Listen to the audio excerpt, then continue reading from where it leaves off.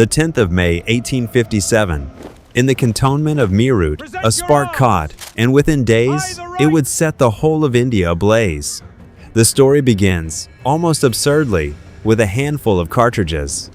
New Enfield rifles had arrived, and with them, a rumor spread like wildfire that the cartridges were greased with the fat of cows and pigs. To Hindu soldiers, this was an unforgivable sacrilege. To Muslim soldiers, it was no less. But this was never really a story about grease. It was the detonation of decades of accumulated resentment, humiliation, and exploitation. Grease was simply the excuse it had been waiting for. When a group of sepoys refused to bite the cartridges, as army procedure required, they were stripped of their uniforms in public, chained, and marched off in disgrace in front of their own regiment. The humiliation was calculated to break their spirit. Instead, it lit a fuse. The very next day, their fellow soldiers, unable to contain their fury any longer, turned their weapons on their own British officers. Blood spilled, fires were lit, and the spark that had ignited in Meerut spread first to Delhi, then to Kanpur, to Lucknow, to Jhansi faster than any telegraph could report it. The rebel sepoys marched toward Delhi and knelt before the aging Mughal emperor, Bahadur Shah Zafar, declaring him once again the Emperor of India. Here was a man with no army of his own, no treasury, nothing left but a name, and yet that name alone was enough to rekindle hope in the hearts of a broken people. This was never merely a mutiny of soldiers. It became something far larger, a rising in which kings, peasants, artisans, and ordinary sepoys stood, if only for a moment, in the same line. Rani Lakshmibai, the Queen of Jhansi, strapped her infant son to her back and rode into battle with a sword in her hand. Nana Sahib raised the banner of revolt in Kanpur. And in Delhi, an old poet emperor made one final desperate attempt to breathe life back into a throne that history had already begun to bury. But for all its courage, the rebellion was never a coordinated plan. Each region fought its own battle. There was no central command, no shared strategy, no single voice that could unite the many uprisings into one force. The company, stunned and disoriented in the first weeks, gathered itself and called for reinforcements from Britain. City after rebel city began to fall. Delhi was retaken. Bahadur Shah Zafar was captured and exiled to Rangoon, the last living symbol of 400 years of Mughal history, spending his final days alone and powerless on foreign soil, writing verses of loss that no one in power cared to hear. Rani Lakshmibai died on the battlefield, sword in hand, and her name remains, to this day, one of the brightest chapters in Indian history, a symbol not of defeat, but of defiance. What happened to those who were captured is remembered as one of the darkest chapters of the entire era. Sepoys were tied to the mouths of cannons and blown apart. Mass hangings lined roadsides for miles. Entire villages were burned to the ground on mere suspicion. The scale of the vengeance was so brutal that even a number of British officers later questioned it in private letters and official reports.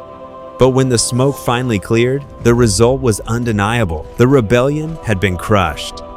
And from the ashes of that defeat, a new era was born, one in which no company, however powerful, would ever again be trusted with the governance of a subcontinent. From this point forward, the British Crown itself would rule India directly. In 1858, the East India Company was formally dissolved, and India passed directly under British government control. In 1876, Queen Victoria was given the title Empress of India, but this was no longer a story about India alone. This was the era in which the British Empire climbed toward the very peak of its global reach. Across Africa, from Egypt down to the Cape of South Africa, the British flag rose over new territory. Australia, Canada, New Zealand, the islands of the Caribbean, vast stretches of the Far East piece by piece, nearly a quarter of the Earth's land and a quarter of its population came to live beneath the shadow of the British Crown. It was in this era that the famous phrase was coined, "The sun never sets on the British Empire."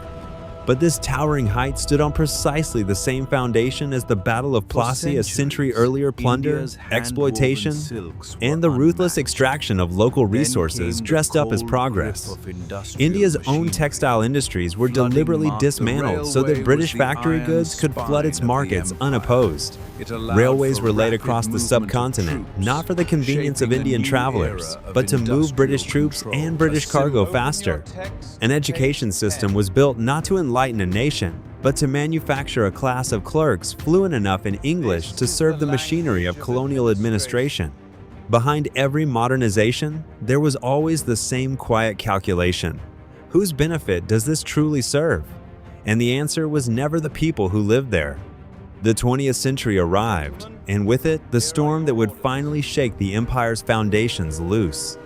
In 1914, the First World War erupted, and Britain drew soldiers from across its colonies to fight and die in trenches thousands of miles from home. Over 1,300,000 Indian soldiers fought in the fields of Europe and the deserts of the Middle East for a war that had nothing to do with them, in a conflict between empires they owed no loyalty to. In exchange for this sacrifice, promises were made: greater self-rule, a real voice in governing their own land. The war ended, the promises did not survive it. Instead, in 1919, a massacre unfolded in the Jallianwala Bagh in Amritsar that stripped away whatever loyalty still remained toward British rule in Indian hearts. On the orders of General Dyer, unarmed men, women, and children gathered peacefully to celebrate a festival. Trapped inside a walled garden with only one narrow exit, were fired upon without warning, without mercy, and without any chance to flee. Hundreds died where they stood. That single afternoon became the spark that reignited the entire independence movement, this time with a fire that could no longer be smothered. Mohandas Gandhi began his campaign of nonviolent resistance, turning ordinary defiance a boycott, a walk to the sea to make salt into a weapon no empire had ever faced before. Muhammad Ali Jinnah rose as the voice demanding political rights and safeguards for India's Muslims. Subhash Chandra Bose chose an entirely different path, one of armed struggle and open confrontation. The movements diverged, their methods clashed, their leaders disagreed bitterly among themselves, but the destination, however contested the road, was the same: freedom. Then, in 1939, the Second World War arrived, and once again, India was pulled into a war it had never chosen, without so much as being consulted. But this time, Britain itself emerged from the conflict exhausted, indebted, and diminished, fighting, in truth, for its own survival rather than its supremacy. The empire that had once seemed unshakable now stood buckling beneath its own weight, propped up by little more than habit and inertia. By the war's end, Britain no longer possessed the financial strength, the military capacity, or the moral authority to continue ruling India.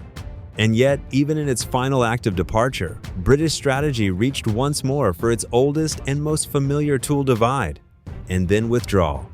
The growing distance between Hindu and Muslim political leadership, a distance that colonial policy itself had long nurtured and deepened for its own convenience, was fanned further in these final years. In 1947, a line drawn in haste, reportedly completed by a British lawyer who had never set foot in India before being handed the task, split the subcontinent into two nations, India and Pakistan.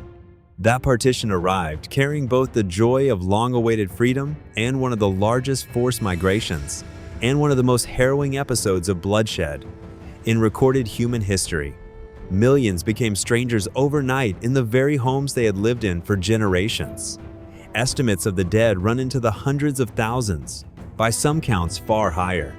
The wounds that partition carved into the subcontinent have not fully healed even now, generations later. On the night between the 14th and 15th of August, 1947, the sun that had never set on the British Empire finally sank beneath the horizon of the Indian subcontinent. This time for good. But that sunset was not confined to one land alone. Over the following 2 decades, colony after colony across Africa and Asia, Ghana, Kenya, Malaysia, and dozens more claimed their independence in turn. The empire that had once ruled over a quarter of the globe shrank, piece by piece, until what remained was little more than a scattering of islands and a memory of what it once was. The final question, left for every empire. And so, 200 years after it began, the story that had started with a handful of merchants and a modest trading charter reached its end. An empire that once believed its power was eternal came apart in the same way every empire eventually does, crushed beneath the weight of its own greed and undone by the very nations it had tried to silence, but whose spirit it could never fully break. Those few traders, standing on the banks of the Thames in 1599, dreaming of spices and silk, could never have imagined that their small ambition would one day be written in the deaths of millions, in the collapse of a great empire, and in the still open wound of a divided land. History offers us this same lesson over and over in every age. No empire, however vast, can stand forever on a foundation of greed and cruelty. Sooner or later, the nations that are pressed down reclaim their voice. And once that voice rises, no cannon, no army, no flag can silence it again. The question was never whether an empire would fall that much. History has already settled. The real question is this: will the powers of today, so certain of their own invincibility, learn anything at all from this history? Or will they simply repeat the same mistakes, dressed in new uniforms, under a different flag? This was the complete story of the British Empire, from a company to an empire to its fall. History buried it. We brought it back.